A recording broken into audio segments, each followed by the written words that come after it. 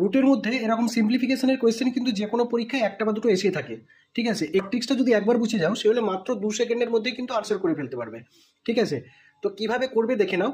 প্রথমত কোয়েশ্চেন আসতে পারে একটা প্লাস দিয়ে, মাইনাস দিয়ে আর ইন্টুর আকারে। প্লাস দিয়ে, মাইনাস দিয়ে, ইন্টুর আকারে প্রথম তিনটে আছে দেখো ইনফিনিটি পর্যন্ত, লাস্টেরটা আছে 4 বার রিপিট আছে, ঠিক আছে 20।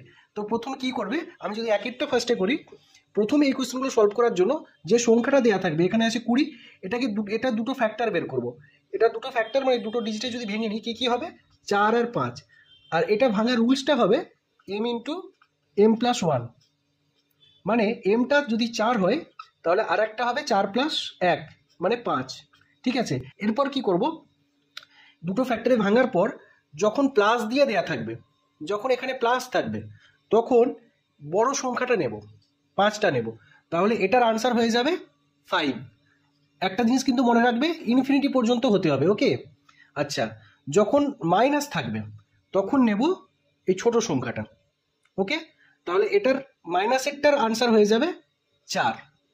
নেক্সট, যখন ইনটু দিয়ে থাকবে ইনফিনিটি পর্যন্ত, 3 নম্বর কোয়েশ্চেনটা দেখো, এটা ইনফিনিটি পর্যন্ত আছে, ইনটু দিয়ে আছে, মাল্টিপ্লিকেশন আছে, তখন এটার আনসার হয়ে যাবে যে সংখ্যাটা আছে সেটাই, মানে 20, ওকে।